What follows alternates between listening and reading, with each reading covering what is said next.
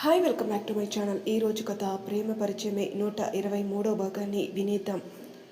భూమి బద్దలైనట్టు కాక వాతావరణం విపరీతమైన గాలి పుంజుకొని అందరి కళ్ళల్లో దుమ్ము కొట్టింది.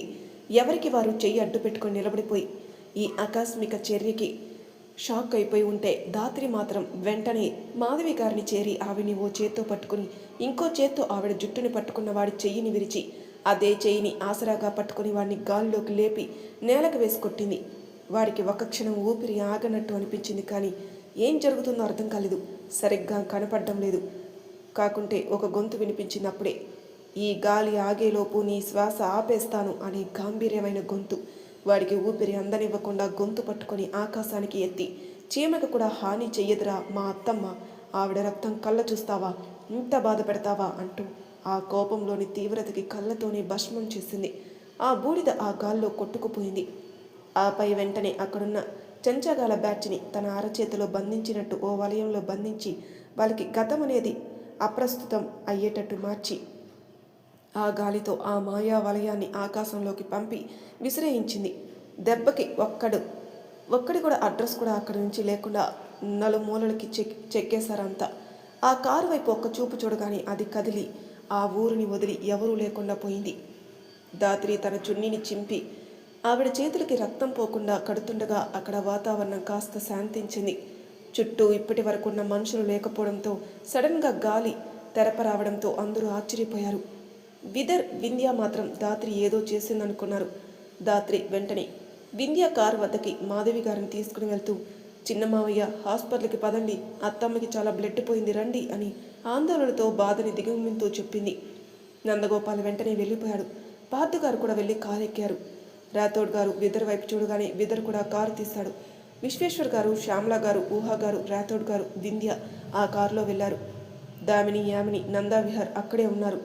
దామిని ప్రెగ్నెన్సీ కారణంగా ఆ టైంలో వెళ్ళలేక ఆగిపోయి పూజా మందిరం వద్దకు వెళ్ళి దేవునికి నమస్కరిస్తూ మాధవి గారిని కాపాడమని కోరుకుంది.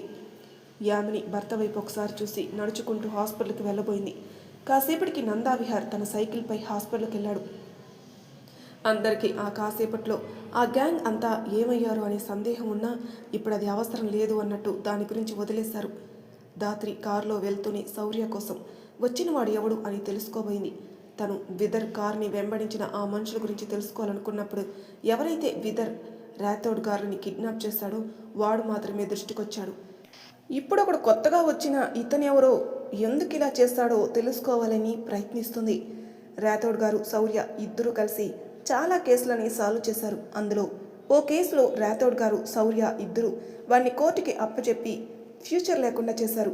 అయితే వాడు అనుకోకుండా రాథోడ్పై పగతో రగిలిపోతున్న ఇంకొకరిని తెలుసుకుని వాడితో చేతులు కలిపాడు. వాడు ఎవడో కాదు, ఇంతకు ముందు విదర్ రాథోడ్లను కిడ్నాప్ చేసి వాళ్ళని ఏదో చేద్దామని వాడికి ఫ్యూచర్ లేకుండా చేసుకున్నవాడే. అయితే రాథోడ్ గారు ఇండియా వచ్చారని తెలిసి ఈ ఇద్దరు కలిసి రాథోడ్ గారి పతనం కోసం ప్లాన్ వేశారు. బట్ మానిక్ ఈ ప్లాన్కి వెనక ఉన్నాడు. అందుకే దాత్రి గ్రహించలేకపోయింది. గుడి దగ్గర రాథోడ్ గారిని తీసుకుని వెళ్లే వరకు మారువేషంలో అక్కడే ఉన్నాడు మానిక్. ఆయన్ని తీసుకుని వెళ్ళాక ఈరోజు తను మనశ్శాంతిగా పడుకుంటారని దేవునికి చెప్పి ఆ శౌర్య కూడా ఎక్కడున్నాడో తెలిసేలా చూడమని దగ్గరలో ప్రసాదం పెట్టే దగ్గరికి వెళ్ళి కొద్దిగా తిని తన చేతికి మట్టి అంటకుండా రాథోడ్కి ముగింపు పలుకుతున్నా అని ఊహల్లో సంబరపడుతూ ఉన్నాడు అతను. గుడిలో అందరూ వెళ్ళిపోయినట్టున్నారు అని గ్రహించుకున్న మాధవి గారు నెమ్మదిగా వెళ్ళిపోబోతుంటే తెలిసిన ఆవిడ ఎవరో పలకరించి ప్రసాదం తీసుకుందాం రమ్మని తీసుకుని వెళ్ళింది. అక్కడికి వెళ్ళాక ఆవిడ మాధవి గారితో, నీకో కొడుకని విన్నానే, ఏం చేస్తున్నాడు అని అడిగింది. మాధవి గారు చిన్న నవ్వుతో, సిబిఐలో వర్క్ చేస్తున్నాడు. అవునా, పేరేంటో కూడా తెలియదు మాకు. మాధవి గారు శౌర్య అని చెప్తారు. ఇక వెళ్దామని లేచిన మానిక్కి మాధవి గారు మాటలు వినిపించాయి. ఆ మాటలు విన్న మానిక్ ఒక్కసారిగా ఆవిడ వైపు చూసి, ఒకవేళ రాత్రి వచ్చింది శౌర్య వాళ్ళ ఇంటికేనా, ఇలా ఎందుకు అవ్వకూడదు, వాళ్ళ ఇంటికే అవ్వచ్చు కదా అనుకుని ఇప్పటి వరకు ఈ ప్లాన్లో ఎంటర్ చేయని తన గ్యాంగ్కి విషయం చెప్పి రాథోడ్ ఉంటున్న ఇంటికి వెళ్ళమని ఆ రాథోడ్ భార్యని తెమ్మని చెప్పాడు. ఎందుకంటే ఒకవేళ శౌర్య అక్కడే ఉంటే అది కుదరని పనిని. అందుకే తన మనుషుల్ని 50 మందిని వెళ్ళమన్నాడు. ఆపై గుడి బయటకు వచ్చిన మాధవి గారికి సవినయంగా ఎదురుపడి, అమ్మ మీ అబ్బాయి పేరు శౌర్యనా, సిబిఐలో వర్క్ చేస్తారా అని అడుగుతూనే శౌర్య ఫోటో చూపించి ఇతనేనా అన్నాడు. మాధవి గారు శౌర్యకి తెలిసిన వ్యక్తేమో అనుకుని ఆ ఫోటో చూసి అవును అన్నారు. అంతే. గట్టిగా ఆవిడ చెంపపై ఒక్కటి పీకాడు. ఇంతలో పక్కన కారు వచ్చాగింది. మాధవి గారు వెళ్ళి ఆ కారుపై పడ్డారు. ఆవిడికి చుట్టూ జరిగేది ఏం అర్థం కాలేదు. వెంటనే ఆవిడ్ని కారులోకి తోసి వాడు కారు ఎక్కాడు. ఎవరు నువ్వు అంటూ గింజుకున్నారు మాధవి గారు. భలే కుదిరింది. ఓ అర్ధగంట క్రితం కోరుకున్నానో లేదో జరిగిపోయింది. ఈరోజు నీ కొడుకు కళ్ళ నుంచి రక్తాన్ని రప్పిస్తా అన్నాడు మాణిక్ గర్వంగా. మాధవి గారు అది నీ వల్ల కాని పని అన్నారు. చూద్దులే గాని అన్నాడు. ఇంతలో ఏదో ఫోన్ వస్తే మాట్లాడుతున్నాడు. మాధవి గారు మనసులో నాకేమైనా నా కొడుకు కోడలు నా భర్త నా కుటుంబం అందరూ బాగుండాలి అని కోరుకున్నారు. అయితే ఎక్కడికి వెళ్ళాలో అడ్రస్ తెలియని డ్రైవర్ ఆ ఊరి నుంచి బయటకు వచ్చి హైవే రూట్ ఎక్కించాడు. బండిలో ఉన్నవాడి మనుషులు అంతగా పట్టించుకోక వాళ్ళ మాటల్లో వాళ్ళు ఉన్నారు. ఏదో బిజినెస్ సెటిల్మెంట్ మాట్లాడుతూ అప్పటి వరకు ఆ మాణిక్ పట్టించుకోలేదు. కాల్ కట్ చేసి ముందుకు చూసిన అతను డ్రైవర్ డిప్ప పైన ఒక్కటి పీకి ఇటు కాదు బే ఆ రేతోడుంటున్న ఇంటికి పోనివ్వు అన్నాడు. అది నాకేం తెలుసు సార్ అని కారాపి ఎటు వెళ్ళాలో చెప్పండి అన్నాడు. దానితో మాణిక్ ఈ తింగరడితో చస్తున్నాను అని తల కొట్టుకున్నాడు. నువ్వు చావబోతున్నావని నీకు తెలుస్తుందా అన్నారు మాధవి గారు చిన్ననవ్వుతో. మాణిక్ ఒక పెద్దవి అంచున నవ్వి ఎవరు చేస్తున్నారో ఎవరు ఏడుస్తారో చూద్దులే గాని అని వాడి మనుషుల్లో ఒకటి వైపు చూశాడు. కారు ఆగి ఉండడంతో వాడు దిగి డ్రైవర్ని బయటికి నెట్టేసి కారుని బర్రున తిప్పుకొని శౌర్య వాళ్ళింటికి పోనిచ్చాడు. అలా వచ్చేటప్పుడు మాణిక్ మాధవి గారితో నీ చావుని చవిచూడు, నిన్ను చూసి నీ కొడుకు హృదయం విలవిలలాడాలి అంటూ వెనక చేతులు కట్టేసి మణికట్టు కోసేస్తాడు. ఆవిడ చేతి నుంచి రక్తం పోతుంటే నవ్వుతూ చూస్తూ దీని ప్రాణం పోయేలోపు ఆ శౌర్యాన్ని చూడాలి, వాడిని చూడగానే ఇది దాని కొన ప్రాణం విడవాలి, అప్పుడు వస్తుంది అస్సలు మజా అన్నాడు. చుట్టూ ఉన్న మనుషులు నవ్వారు. కారు ఫాస్ట్గా శౌర్య వాళ్ళ ఇంటికి వెళ్ళింది. జరిగిన దాన్ని గ్రహించిన దాత్రి అనవసరంగా తొందరపడి చంపేశారు వాడిని, లేదంటే వాడికి 4 గింతలు అప్పచెప్పేదాన్ని అనుకుంది మనసులో. హాస్పిటల్కి రాగానే మాధవి గారికి ట్రీట్మెంట్ చేయటం మొదలుపెట్టారు దాత్రి నందగోపాల్ గారు ఇద్దరు. ఆ మాణిక్ కారు నుంచి మాధవి గారిని బయటికి విసిరినట్టు తోసేయడంతో ఆమె తలకి కూడా బలమైన గాయమైంది. అంతేకాక బ్లడ్ లాస్ అవ్వడంతో బ్లడ్ కావాలి. దానితో దాత్రి తన బ్లడ్ని ఎవరికైనా ఇచ్చే అవకాశం ఉంది కాబట్టి వెంటనే తన బ్లడ్ని ఎక్కించమని చెప్పింది. దాత్రి బ్లడ్ మాధవి గారి బాడీలోకి చేరిన క్షణం ఆ బ్లడ్ గ్రూప్గా మారిపోయి రక్తంలో కలిసిపోయింది. కానీ విచిత్రంగా ఆవిడలో చలనం లేదు. కానీ ఆక్సిజన్ మాస్క్ ద్వారా ఊపిరి మాత్రం తీసుకుంటున్నారు. నందగోపాల్ గారు ఆయన ప్రయత్నం ఆయన చేశారు కానీ మాధవి గారు సృహలోకి రాలేదు. 24 గంటలు గడిస్తే కానీ ఏమీ చెప్పలేమన్న పరిస్థితి. దాత్రి ఆవిడ పరిస్థితికి మౌనంగా ఉండిపోయింది. శౌర్యకి ఏమని చెప్పాలో తెలియక తన్ని తాను నిందించుకుంటూ బయటకొచ్చి మామూలుగా ఒక పక్కన నిలబడిపోయింది. అప్పుడే వింధ్య విదర్ హెడ్కి కట్టు వేయించుకొని తీసుకుని వచ్చింది అందరి వద్దకి. అది చూసిన నందావిహార్ అమ్మలు నువ్వు అతనికి దూరంగా ఉండు అని చెప్పి వింధ్య చేతిని పట్టుకుని తీసుకుని వెళ్ళిపోతూ అన్నయ్య వదినికి ఏమీ కాదు, నువ్వు అధైర్యపడకు అని పార్థుగారు భుజం తడుతూ చెప్పి వెళ్ళిపోయాడు.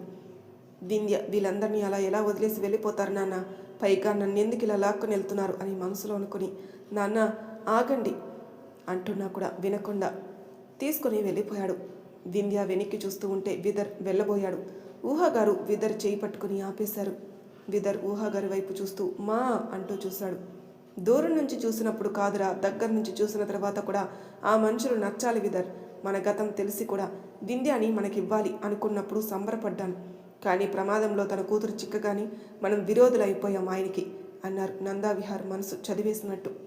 విదర్ ఆ మాటలకి సరైన అర్థం తెలియక మౌనంగా నిలబడిపోయారు. అప్పటికే ఆశ్చర్యపో చూస్తూ ఉన్న దాత్రి ఆ మాటలకి ఆలోచనలో పడింది. విశ్వేశ్వర్ గారు కొడుకు స్వభావానికి ఊహాగారికి క్షమాపణ చెప్తున్నట్టు నమస్కరించారు. అయ్యో మీరు అని ఊహాగారు అంటుండగాని అక్కడే ఉన్న యామిని వద్దు మావయ్య, మీరు క్షమాపణ చెప్పద్దు, మాకు వాళ్ళతో బియ్యం అందే భాగ్యం లేదనుకుంటాం. ఆ రోజు వజ్రాతో సమస్య వచ్చినప్పుడే దానికి పెళ్లి చేసేసేవాళ్ళు ఆయన. కేవలం మీ మాట వల్ల దాన్ని చదువుకొనిచ్చారు. ఇప్పుడు కూడా మీరంతా చూపెడుతున్న ప్రేమకి ఇష్టానికి వాళ్ళతో సంబంధం కలుపుకోవాలనుకున్నాడు. ముఖ్యంగా వాళ్ళ అన్నయ్యపై అన్న కొడుకుపై ఉన్న అభిమానంతో. కానీ కూతురు ప్రాణానికి ఏ రోజైనా ప్రమాదం అంటే ఆయనలో ఓ తండ్రి మేల్కొన్నాడు. ఆయన ఆలోచన మారే వరకు మనమేమీ చేయలేం అంది. శ్యామల గారు కాస్త కోపంగా ఇప్పుడేంటి వింధ్యతో విదర్ పెళ్ళి వద్దు అంటాడా వాడు అన్నారు. ఇందాక మీ కొడుకు వింధ్యతో విదర్కి దూరంగా ఉండమని చెప్పిందానికి అర్థం అదే అత్తయ్య. అంతే. ఇప్పటి వరకు జరిగిన మాటల్ని మళ్ళీ తలుచుకుంటూ మౌనంగా ఒక పక్కన సీట్లో కూర్చునిపోయాడు విదర్. దాత్రి ఆ మాటలు వింటూనే మౌనంగా ఉంది. మనసులో వింధ్య విదర్ల పెళ్లి జరగదా? నో, ఇదంతా ముందే నేను ఈ విషయాన్ని గమనించకపోవటం వల్లే జరిగింది. అలాగే గుడిలో అందరిలో అత్తమ్మ ఉన్నారో లేరో అని కూడా గమనించుకోలేకపోయాను. ఇదంతా నా తప్పు వల్లే జరిగింది. పెళ్ళి అవుతుందని ఆనందంగా ఉన్న ఈ కుటుంబం ఇప్పుడు విడిపోతుందా? వీదర్ పేరెంట్స్ అని వాళ్ళ వైపు చూసి అలా జరగకూడదు అని అనుకుంది. నందగోపాల్ మాధవి గారి దగ్గర నుంచి బయటకొచ్చి, ఇక్కడెందుకు ఇంతమంది, ఇంటికెళ్ళండి, అయినా నేనున్నాను కదా, మీరంతా వెళ్ళండి అన్నాడు. పార్థు గారి వైపు చూస్తూ ఎవరు ఇంచు కూడా కదలలేదు. దానితో నందగోపాల్ ఆయన భుజం మీద చెయ్యి వేసి, వదినలో చలనం రాలేదంతే అన్నయ్య, రేపు మీకు వదినతో గుడ్ మార్నింగ్ చెప్పించే బాధ్యత నాది, నన్ను నమ్మండి అంటూ ఆయన మనసుకి ఊరటనివ్వడానికి చెప్పాడు. అయినా పార్థు గారు కదలకపోవడంతో ధాత్రి ఓసారి లోనికి వెళ్ళింది. అక్కడున్న మాధవి గారిని చూసి ఆవిడ చేయి పట్టుకుని ఆవిడలో తన శక్తితో జీవం నింపడానికి ప్రయత్నించింది. కానీ అది మాధవి గారికి యమగండ కాలం అవ్వడంతో ప్రాణం అటు ఇటుగా కొట్టుమిట్టాడుతుంది. ధాత్రి ఏమీ చేయలేక మనసులో అమ్మవారిని తలుచుకుని, నీదే బాధ్యతమ్మా అనుకుని ఏమీ చేయలేని నిస్సహాయ స్థితిలో బయటకొచ్చింది. నందగోపాల్ మాటల్ని విన్నట్టుగా కూర్చుని ఉన్న పార్థు గారు నీరసంగా బయటకొస్తున్న కోడలను చూసి, ధాత్రి అన్నారు.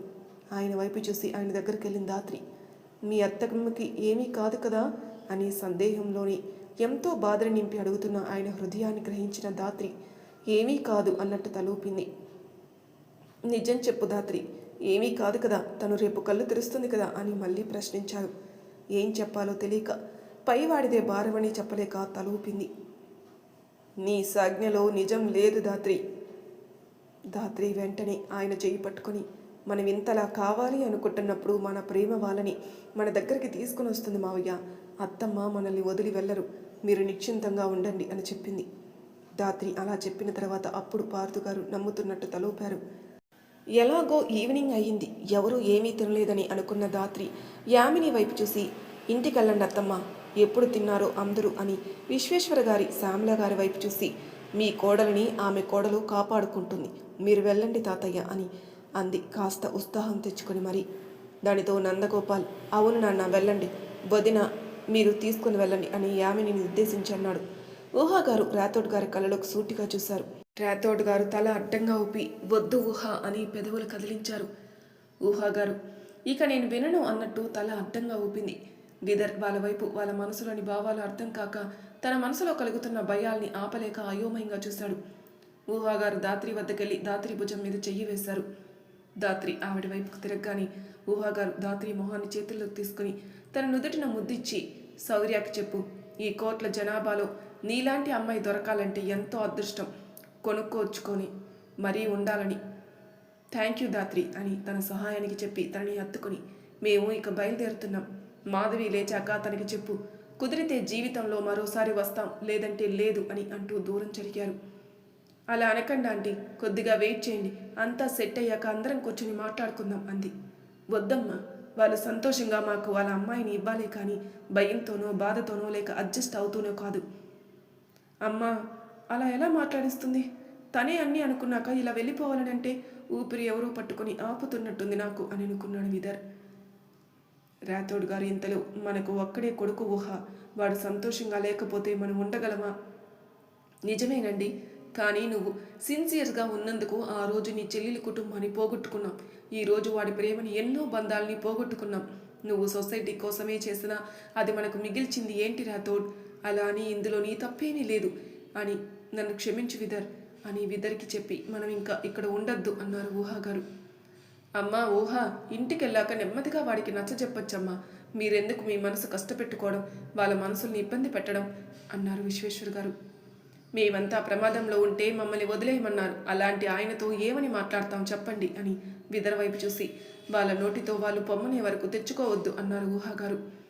నా కోసం వాడిని బాధ పెట్టడం ఎందుకు, ఇన్నాళ్ళు నేను లేకుండా బాధ పెట్టాను, ఇప్పుడు ఆ అమ్మాయిని దూరం చేసి బాధ పెట్టలేను, నేను మాట్లాడతాను ఊహా వాళ్ళతో అన్నారు రాథోడ్ గారు. అర్థం చేసుకుంటారనుకుంటే చెప్పచ్చు, కానీ మనం అవసరమే లేదు అనుకున్న వాళ్ళకి ఎంత చెప్పినా ప్రయోజనం లేదు రాథోడ్ అంటూ ఇక మాటలు అనవసరం అనుకుని అక్కడి నుంచి ముందుకు కదిలారు ఊహాగారు. ఇంతమంది ఉండి కూడా మిమ్మల్ని ఒంటరి వాళ్ళు చేశామని మీ భార్య బాధ, తన బాధలో న్యాయం ఉంది అంటూ అక్కడి నుంచి ముందుకు కదిలారు విశ్వేశ్వర్ గారు.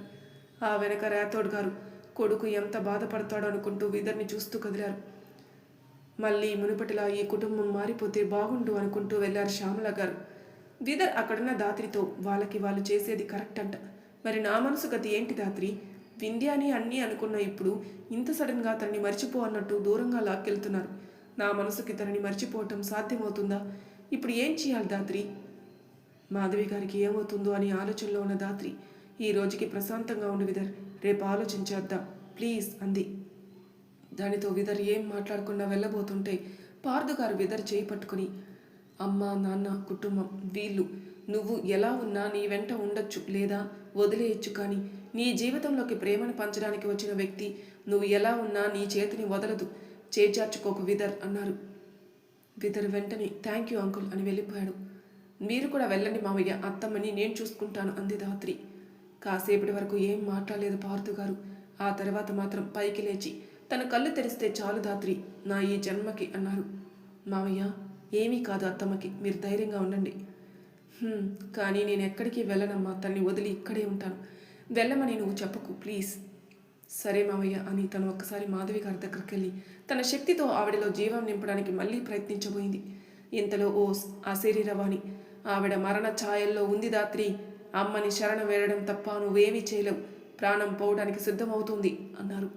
భీష్పద చెప్పిన మాటలకి దాత్రి వెంటనే అలా మాట్లాడకు భీష్పద అని కన్నీళ్లు పెట్టుకుని ఆవిడ ప్రాణాలతో ఉండాలి అంటూ గుడిలో ప్రత్యక్షమై దైవం ముందు మోకరిల్లి మనస్ఫూర్తిగా ప్రాణభిక్ష పెట్టమని కోరుకొని కాసేపటికి అక్కడ కుంకుమ తీసుకుని వెళ్ళి మాధవి గారికి పెట్టింది. అప్పుడే నందగోపాల్ వచ్చి చాలా సమయం ఇక్కడే ఉన్నట్టున్నావు దాత్రి అంటూ ఓసారి మాధవి గారిని చెక్ చేసి, పరిస్థితి అంచనాకి రావట్లేదు దాత్రి, ఎవరి కోసమో వదిన ప్రాణాలతో పోరాడుతున్నట్టు అనిపిస్తుంది, చెప్పాలంటే అని ఆవిడ్ని బాధగా చూసి ఏమీ చేయలేక దాత్రితో ఇంటికెళ్ళు దాత్రి, విదర్ ఫ్యామిలీని వెళ్ళనివ్వకుండా చూడు, ఇక్కడ నేను చూసుకుంటాను. దాత్రి మనసులో అవును, ముందు వాళ్ళని ఎక్కడికి వెళ్ళనివ్వకుండా ఆపాలి, అత్తమ్మని కాపాడడం ఇప్పుడు నా చేతుల్లో లేదు, అలా అని అన్యాయం చేస్తే ఊరుకోనమ్మా అని అమ్మవారిపై హక్కుగాని విదర్ వాళ్ళని ఆపడం కోసం హాస్పిటల్ నుంచి బయటకు వచ్చి తన మాయతో కొన్ని క్షణాల్లో వాళ్ళ ఇంటి బయటికి చేరుకుని నెమ్మదిగా లోనికెళ్ళింది. దాత్రి గుమ్మం వద్దకు వెళ్ళేసరికి విదర్ చెంపపై ఊహాగారు గట్టిగా కొట్టారు. దానితో విదర్ చెంపపై చేయి పెట్టుకుని, నువ్వేం చేసినా పర్లేదమ్మా, తనని మనతో తీసుకుని వెళ్ళిపోదాం అని ఎదురుగా ఉన్న వింధ్య చేయి పట్టుకున్నాడు. దాత్రి వింధ్య వైపే చూసింది. బొమ్మలా నిలబడి ఉంది ఎందుకో. కొద్దిగా కళ్ళు దింపి చూసిన దాత్రికి వింధ్య మెడలో పసుపు తాడు కనిపించింది. దాత్రి కొద్దిపాటి ఆశ్చర్యంలో ఏం జరిగింది ఇక్కడ అనుకుంటూ కదలకుండా నిలబడిపోయింది. కొంతసేపటి క్రితం ఏం జరిగిందో చూద్దానండి. వింధ్యాని ఇంటికి తీసుకొచ్చిన నందావిహార్, చూడు వింధ్య, నీకు ఆ విదర్ అలాగే ఆ కుటుంబం సరైనది కాదు, వాళ్ళని అలాగే అతన్ని కూడా ఒక కళ అనుకొని మర్చిపో, మంచి సంబంధం చూసి పెళ్లి చేస్తాను అని కోపంగా చెప్పగలిగినంత నెమ్మదిగా చెప్పాడు. వింధ్య ఆశ్చర్యంగా ఏంటి నాన్న మళ్ళీ చెప్పండి అంది. నీకు ఆ విదర్తో పెళ్లి జరగదు, ఆ కుటుంబంతో మనకి ఏ సంబంధము వద్దు అన్నారు. విత్తనం వేయకముందు మొలక రాదు నాన్న, మొలకెత్తిన మొక్కని నువ్వు విత్తనంగా మారు అంటే వల్ల కాని పని అని ఆయనకి అర్థమయ్యే భాషలో చెప్పి వెళ్ళిపోయింది వింధ్య. దామిని వాళ్ళ మాటలు వినపడినట్టు నిలబడి ఉంది. దానితో వాళ్ళని మాధవి గారి గురించి ఇంకేం అడలేకపోయి మాధవి గారికి ఏం కాకూడదని కోరుకుంటూ ఉండిపోయింది. గదిలో ఇలా ఎలా మారిపోతారు మనుషులు అని తన ఆలోచనలో తను ఉన్న వింధ్య కాసేపటికి ఎవరో వచ్చిన అలికిడవడంతో అసలు పెద్దమ్మకి ఎలా ఉందో తెలుసుకోలేని లేదు, వెళ్ళి అడగాలి అనుకుని కిందికొచ్చింది. ఊహాగారే ముందుగా రావడంతో పెద్దమ్మకి ఎలా ఉందా ఆంటీ అని అడిగింది వింధ్య. ఊహాగారు వింధ్య వైపు ఒకసారి చూసి తన చెంపపై చెయ్యి వేసి, ఇంకా చలనంలోకి రాలేదంట వింధ్య అన్నారు. ఆవిడ స్పర్శ కొత్తగా ఉండడంతో ఆవిడ వైపు వింతగా చూసింది వింధ్య. ఇంతలో నందావిహార్ గొంతు సవరించుకుంటూ పరోక్షంగా వాళ్ళని వెళ్ళిపోమన్నట్టు, బంధువులు కుటుంబంలో భాగంలా ఇక్కడే ఉండిపోకుండా బంధువుల్లా వెళ్ళిపోతే బాగుంటుంది, ఇంకేం ప్రమాదాలు తీసుకురాకుండా అన్నారు. విదర్కి అసహనంగా అనిపించింది ఆ మాటకి. మీరు మా వల్ల అంత ఇబ్బంది పడద్దండి, లగేజ్ తీసుకుని వెళ్ళడానికి వచ్చాం, ఉండిపోవడానికి కాదులే అని వింధ్యాని వదిలి ఊహాగారు వెళ్ళిపోతుంటే వింధ్య ఆవిడ చేయి పట్టుకుని, మీరు కూడా అలా మాట్లాడుతున్నారు ఏంటంటీ అన్నారు. అప్పటికే వెనకొచ్చిన రాథోడ్ గారు, విదర్, విశ్వేశ్వర్ గారు, శ్యామల గారు, యామిని వాళ్ళ మాటలు వినడంతో, అలా అడుగు వింధ్య, చెప్పినంత తేలిక కాదమ్మా చేయటం, నాకు వింధ్య కావాలి, నేను వింధ్యకి కావాలి, మాకు మేము కావాలమ్మా అన్నాడు విదర్. ఊహగారు వింధ్య చేతిని సున్నితంగా విడిపించుకుని, నీకు ఇప్పటికీ విషయం అర్థం అవ్వటం లేదు విదర్, వింధ్య ఫాదర్కి మన సంబంధం ఇష్టం లేదు, మనల్ని వద్దు అనుకుంటున్నారు, అప్పుడు మనం కావాలి అని అనుకున్న వింధ్య ఎలా వస్తుంది, ఏం మాట్లాడకుండా పైకి వెళ్ళి నీ లగేజ్ తీసుకుంట్రా అని మొదటిసారి విదర్పై చాలా విసురుగా మాట్లాడి వెళ్ళిపోయారు. వింధ్యాకి చాలా బాధగా అనిపించింది. ఇంకో రోజు గడిస్తే నిశ్చితార్థం, ఇలాంటి టైంలో అస్సలు పెళ్లి జరగదు, అతన్ని మర్చిపో అని తండ్రి అంటుంటే ప్రేమించిన వాడు ఇక కళ్ళ ముందు కూడా ఉండడని అర్థం అవ్వడంతో విదర్ వైపు విడిచిపోవద్దు అన్నట్టు బాధగా చూసింది. గదికెళ్తున్న విదర్, నీకు దూరం అవ్వటం నా వల్ల కాని పని అన్నట్టు కళ్ళతోని వింధ్యాను చూస్తూ వెళ్ళాడు విదర్. రాథోడ్ గారు వాళ్ళ గది వైపే వెళ్ళారు. ఇది నాకు నచ్చలేదు నాన్న, ఎందుకు ఇలా బాధ పెడుతున్నారు అంది వింధ్య. నీ జీవితం ప్రశాంతంగా బాగుండాలంటే అతన్ని మర్చిపో అమ్ములు, మళ్ళీ మళ్ళీ చెప్పించుకొని నాకు కోపం తెప్పించకు అన్నారు. మీకేమైంది నాన్న, అసలు ఇలా ఎలా మాట్లాడుతున్నారు, వాళ్ళని ఆపండి నాన్న. అది జరగని పని అమ్ములు అన్నారు స్థిరంగా. అంతలో లగేజ్తో వచ్చారు ఊహా గారు, రాథోడ్ గారు. విదర్ గదికి వెళ్ళి లగేజ్ సర్దుతుండగా తనకు బాక్స్ తగిలింది. అందులో తాళిబొట్టుంది. అదెప్పుడో ఊహా గారు తన బిజినెస్లో వచ్చిన ప్రాఫిట్తోని కొని పెళ్ళయ్యాక ఆయన నా కోడల మెడలో ఆ తాళి మార్చి ఈ తాళి వేయి విదర్ అని చెప్పి మరీ తన వద్దే ఉంచారు. కొన్నిసార్లు ఇలాంటివి చూస్తే కాలం వలె విచిత్రంగా అనిపిస్తుంది. ఆ బాక్స్ని చూసిన విదర్కి ఈ తాళి కడితే వింధ్యని తనని ఎవరు దూరం చేయలేరని ఆలోచన రావడంతో ఫాస్ట్గా లగేజ్ తీసుకుని వచ్చేస్తూ వింధ్యాకి ఎదురుగా నిలబడి ఆగి వింధ్యతో సహా అందరికీ ఏం జరుగుతుందో అర్థమయ్యేలోపే వింధ్య మెడలో తాళి కట్టేశాడు. అది చూసి ఆశ్చర్యం నుంచి ముందుగా తేరుకున్న ఊహా గారు విదర్ని గట్టిగా కొట్టేయడం జరిగింది. ఇక ఆ సీన్ తర్వాత ఊహా గారు, ఒక ఆడపిల్లకి పెళ్లి విషయంలో ఎన్ని కోరికలుంటాయో తెలుసా, తన పుట్టింటి వాళ్ళకి పిల్లని పంపే విషయంలో ఎన్ని ఆశలుంటాయో తెలుసా, ఇక మేము నీ పెళ్లిని మేమెంత బాగా చేయాలనుకున్నామో తెలుసా, ఎందుకు చేశావు విదర్ ఇలా అంటూ ఆక్రోషంగా విదర్ కాలర్ పట్టుకున్నారు. గది నుంచి లగేజ్ తీసుకుని వస్తున్న విదర్ సడన్గా వింధ్య మెడలో అలా తాళి కట్టేయడం చూసిన నందా విహార్ కొన్ని నిమిషాలు నిస్తేజంగా నిలబడిపోయారు. తర్వాత ఊహా గారి మాటలకు తేరుకుని వెంటనే విదర్ దగ్గరికి వెళ్ళి అతని తన వైపుకు లాక్కుని విదర్ చెంపలపై బాధేశాడు. వింధ్యాకి ఏం అర్థం కాకుండా అయిపోయినా అలా వాళ్ళ నాన్న కొట్టడం చూసి, నాన్న ఆగండి ఆగండి నాన్న అంటూ ఆయన భుజం పట్టుకుని బాధగా కన్నీళ్లతో పిలిచింది. కూతురు కన్నీళ్లను చూసి వెంటనే విదర్ని కొట్టడం ఆపి, పెళ్లి చేసుకుని దాన్ని చంపేస్తావా ఏంటి అన్నాడు కోపంగా. విదర్ని అలా కొట్టడంతో కంగారుగా రాథోడ్ గారు, ఊహా గారు విదర్ దగ్గరకు వచ్చి నిలబడితే రాథోడ్ గారు విదర్ని దగ్గరికి తీసుకున్నారు. చూడండి, మీ భయాలతో మమ్మల్ని బాధ పెట్టద్దు. అయినా తను ఇప్పుడు నా భార్య, తనని నాతో తీసుకుని వెళ్ళిపోతాను, దానికి ఎవరి పర్మిషన్ అవసరం లేదు అని సూటిగా చెప్పాడు విదర్. ఇలా తాళి కట్టేస్తే భార్య అయిపోతుందా అంటూ ఆ తాళిని తీసేయడానికి పట్టుకున్నారు నందా విహార్. ఏవండి అని యామిని పెద్ద గొంతుతో అరిస్తే, అయ్యో అని దామిని చిన్నగా అంటే శ్యామల గారు నందు అన్నారు. ఇక విశ్వేశ్వర్ గారు అయితే వచ్చి నందా విహార్ కాలర్ పట్టుకుని అతనిపై చెయ్యి ఎత్తారు. నందా విహార్ నాన్న అంటూ నిలబడిపోయారు. ఏంటి నువ్వు చేస్తున్న పని నందు, వాళ్ళు చిన్నపిల్లలు ఇష్టపడ్డారు, పెళ్లి చేసుకుంటామన్నారు, మనము చేస్తామని చెప్పి తీరా ఇప్పుడు ఇలా దూరం చేయాలని చూస్తే తెలుసో తెలియక అతను నీ కూతుర్ని వదిలి వెళ్ళలేక తనకు కావాలని అనుకుని తాళి కట్టాడు. నువ్వు ఆ తాళి విలువ తెలిసి కూడా ఎలా తీసేస్తావు అన్నారు. నందా విహార్ కోపంగా, నన్ను అనండి ఇందాకటి నుండిలా, రేపు ఎవరైనా దాన్ని తీసుకుని వెళ్ళిపోతే అప్పుడు ఎవరు కాపాడతారు, అసలు వీళ్ళకే ఏదైనా అయితే నా కూతురు పరిస్థితి ఏంటి నాన్న అని కోపంగా అనేసి ఆ ఇంట్లో అందరూ తనని అనేవాళ్ళే అనుకుని అక్కడి నుంచి విసురుగా బయటికి వచ్చేస్తూ గుమ్మంలో ఉన్న దాత్రిని చూసి, ఒక ఆడపిల్ల తండ్రిగా నా బాధ అర్థమే కాదు ఎవరికి అని వెళ్ళిపోయాడు. ఎందుకు విదర్ ఇంత పెద్ద స్టెప్ తీసుకున్నావు అని ఊహించినది జరగడంతో ఆశ్చర్యంతోనే అడిగారు రాథోడ్ గారు. డాడ్, అమ్మ లేకుండా మీరు లేకుండా మేము ఎలా బ్రతికామో నాకు తెలుసు, కానీ నేను మాత్రం తను లేకుండా బ్రతకలేను. ఇప్పుడు జరిగిన దాన్ని దృష్టిలో పెట్టుకుని రేపు ఇలానే ఉంటుంది అంటూ తనని నాకు దూరం చేస్తుంటే ఏం చేయలేని వాడిలా మీ వెనక వచ్చేయమంటారా?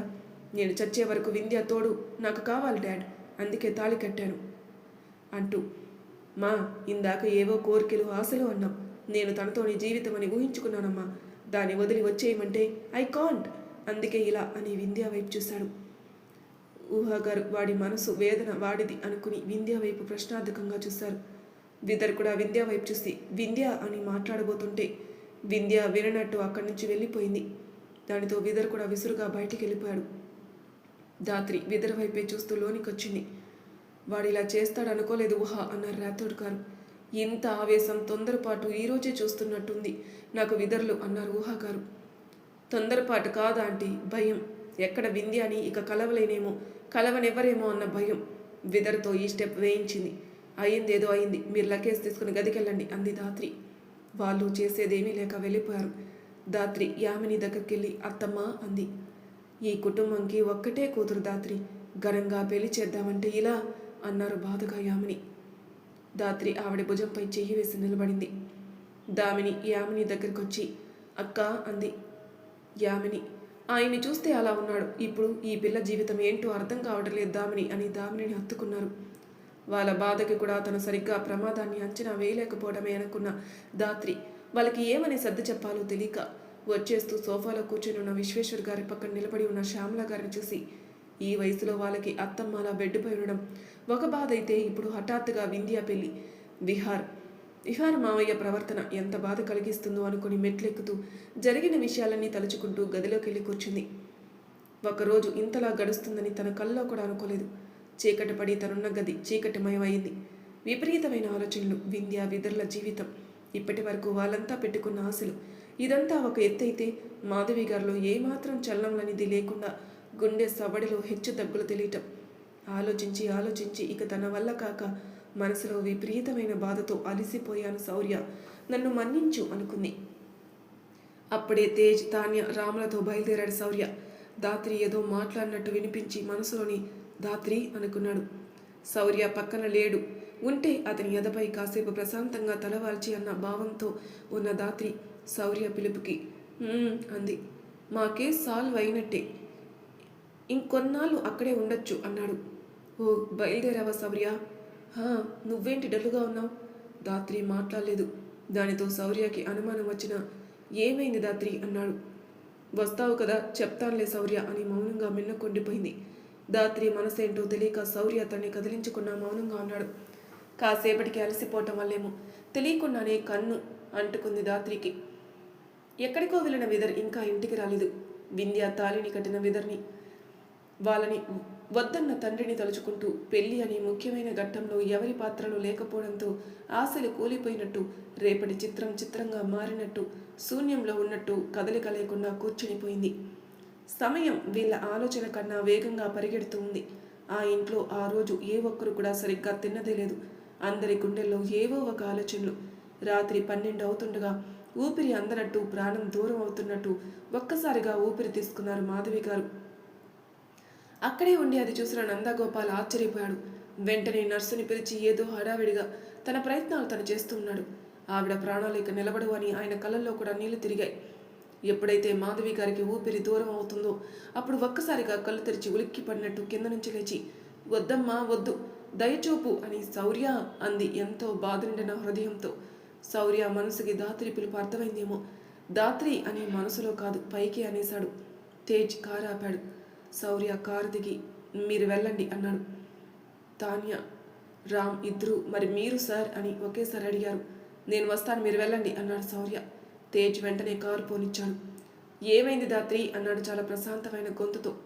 అత్తమ్మ అని ఇంకేమీ చెప్పలేక బెడ్డుపై కూర్చొని బెడ్డుని నలిపేస్తూ నేనేం చేయలేకపోయాను శౌర్య, అంతా నా వల్లే అని తప్పు చేస్తున్నట్టు తల ఉంచుకుని ఇంకేదో కోల్పోయిన దానిలా నిర్జీవంగా పలికింది. శౌర్యకి ఏమీ అర్థం కాక దాత్రి అత్తమ్మ అనడంతో మాధవి గారి వద్ద ప్రత్యక్షం అవ్వాలనుకుని అక్కడ ప్రత్యక్షమయ్యాడు. తన ముందు నందగోపాల్ అలాగే నర్సులు ఉండడంతో తన శక్తితో కనపడకుండా మాయగా నిలబడి చూశాడు. మాధవి గారి దేహం నుండి ప్రాణం వేరై వెళ్ళిపోవడం శౌర్యకి స్పష్టంగా కనిపిస్తూ ఉండడంతో ఆలస్యం చేయకుండా వెళ్ళి ఆవిడ చేయి పట్టుకుని తన హృదయంపై నిగూఢంగా నిత్యం కొలువై ఉండే విభూదిని తీసుకుని ఆవిడ నాడిపై బలంగా అద్దాడు. వెళ్ళిపోతున్న ప్రాణం ఒక్కసారిగా దేహంలోనికి వెనక్కి లాగబడింది. ఆవిడ ఒక్కసారిగా ఊపిరి అందుకుని దేహాన్ని కదిలించారు. ఆవిడ నుంచి ప్రాణం విడిచి వెళ్ళిపోయిందనుకున్న దాత్రి అంతా తన వల్లే అన్నట్టు, తనేం చేయలేకపోయినట్టు, తన గమనించలేకపోవటం వల్లే ఇలా జరిగిందన్నట్టు చీకట్లో ఒంటరిగా ఉండిపోయి లోపల తన్నుకొస్తున్న బాధకి, ఆలోచనల మధ్య నలుగుతున్న హృదయానికి గుర్తుగా ఇక భరించలేనట్టు కన్నీళ్ళకి స్వాగతం పలుకుతూ ఒక కన్ను నుంచి కన్నీటిని కార్చింది. వాటిని విలువైన వాడిలా చేజిక్కించుకున్నాడు అప్పుడే వచ్చిన శౌర్య. ఆపై అతని స్పర్శ లభించగానే అలా బెడ్ కిందికి జారిపోయిబడి అతని బాహుల్లో ఒదిగిపోయి బాధని చెప్పింది. శౌర్య ఓదారుస్తూనే, నీ వల్ల అస్సలు కాదు, నిన్ను నువ్వు అలా అనుకుని బాధపడకు, అయినా అమ్మకి ఏం కాలేదు దాత్రి, కాసేపట్లో కళ్ళు తెరుస్తుంది అన్నాడు. నమ్మలేనట్టు శౌర్యకి దూరం జరిగి నిజమా అన్నట్టు ప్రశ్నించినట్టుగా తలూపింది. నిజం దాత్రి అని తన చేతుల్ని పట్టుకుని అమ్మకి ఏం కాలేదు, కానివ్వను కూడా అన్నాడు. ఆ మాటతో జరిగిన దాన్ని గ్రహించి వెంటనే శౌర్యాన్ని హత్తుకుని నమ్మలేకున్నాను, ఇది నిజమంటే అని చిన్న నవ్వుతో నీ వల్లే అత్తమ్మ ప్రాణాలతో ఉన్నారు, కానీ నా వల్ల ఇబ్బందులు పడ్డారు అంది. దాత్రి అన్నాడు. శౌర్యని వదలకుండా అలానే హక్ చేసుకుని ఉండి వింధ్య విషయంలో జరిగింది చెప్పింది. శౌర్య దాత్రి మనసు పడిన వేదనకి తన సహచర్యంలోని ఆనందం దొరుకుతుందని గ్రహించిన శౌర్య తన్ని వదలకుండా అలానే కౌగిలించుకుని, అలా ఎలా తాళి కట్టాడు వాడు? ప్రేమ ఇచ్చిన హక్కేమో శౌర్య అంది దాత్రి. అవ్వచ్చు, కానీ వింధ్య ఎలా రియాక్ట్ అయి ఉంటుందో, తనకి కొన్ని ఆశలు ఉంటాయి కదా దాత్రి. శౌర్య, అంతా గందరగోళమైంది ఒక్కసారిగా. నేను తట్టుకోలేకపోయాను ఈ ఆలోచనల దాడిని. ఇప్పుడు కాస్త ప్రశాంతంగా ఉంది, కానీ వింధ్యాల పరిస్థితి ఏంటి? అందరి సమక్షంలో మళ్ళీ పెళ్లి జరుగుతుంది దాత్రి వాళ్ళకి అన్నాడు. ఆ మాటకి కూడా శౌర్యాన్ని వదలకుండా హత్తుకుని ఉండి, నిజమా? మళ్ళీ పెళ్ళి అవుతుందా వాళ్ళకి? మరి విహార మావయ్య ఒప్పుకుంటారా? ఒప్పిద్దాం, అలాగే జరిపిద్దాం కూడా. నువ్వు ఉన్నావు కదా, సరే చేసేద్దాంలే అంది దాత్రి. బూచోడికి భయపడిన చిన్న పిల్లవిని భయం ఏమీ లేదన్నట్టు శౌర్య దాత్రి మనోవేదన అర్థమై పదవి పట్టుకుని, ముందు ఓసారి వింధ్యతో మాట్లాడాలి నేను. ఇప్పుడు కాదు శౌర్య, తన్ని ఒంటరిగా వదిలే, రేపు మాట్లాడదాం వింధ్యతో, అలాగే బ్రోతో కూడా. సరే దాత్రి. తెలుసా, కొంతసేపటి క్రితం నాకు ఇలా నీ స్పర్శలో ఒదిగిపోవాలనిపించింది. ఎంత చిత్రమైన పరిస్థితో అని మాధవి గారు స్రూలోకి వచ్చిన విషయం అర్థమవడంతో శౌర్యకి దూరం జరిగి, అత్తమ్మ స్రూలోకి వచ్చారు శౌర్య. నాన్నున్నారు కదా, చాలా ఫీల్ అయ్యారు కదా, కాసేపు మనసు విప్పి మాట్లాడుకుని దాత్రి అంటూ తన తల్లి నుంచి ప్రాణం దూరం అవుతున్నది కళ్ళ ముందు కనిపడే క్షణంలో మనసుకి కలిగిన వ్యధకి కాలాన్ని ఆపేయాలనిపించిన వెళ్తున్న ప్రాణాన్ని ఆపాలని తన యుక్తిని వాడాడు. ఆ తర్వాత ఆవిడ కుదురుకుంటున్న వేళ దాత్రి బాధ గ్రహించి దాత్రి చెంతకి వచ్చి ఓదార్చాడు. ఇప్పుడు కింద కూర్చొనున్న దాత్రి ఒడిలో తలపెట్టి మౌనంగా తన మనసుకి ఓదార్పునిస్తూ ఉండిపోయాడు. దాత్రి శౌర్య తల నిమురుతూ, నాకు తెలుసు ఇప్పటి వరకు నా కోసం నీ భావాల్ని అదుపు చేసుకున్నామని అంటూ శౌర్య చెంపపై చెయ్యానించి, మనం కూడా వెళ్ళి అత్తమ్మని చూసి మాట్లాడొద్దాం పదా అంది. శౌర్య ఇక ఒక్క 20 నిమిషాలు ఆగు దాత్రి అని దాత్రి చేపట్టుకుని అలానే ఉండిపోయాడు. ఆ క్షణంలో శౌర్య చేతిపై గాయాన్ని చూసిన దాత్రి ఆ గాయంపై నెమ్మదిగా చెయ్యి వేసి రూపు మాపేసింది. మరి తర్వాయి భాగంలో ఏం జరగబోతుందో నెక్స్ట్ ఎపిసోడ్లో తెలుసుకుందాం. అంతవరకు నా ఛానల్ సబ్స్క్రైబ్ చేయని వాళ్ళు ప్లీజ్ సబ్స్క్రైబ్ చేసుకోండి, లైక్ చేసి షేర్ చేయండి, మీ అభిప్రాయాలు నాకు కామెంట్ రూపంలో తెలియజేయండి. Thank you for listening.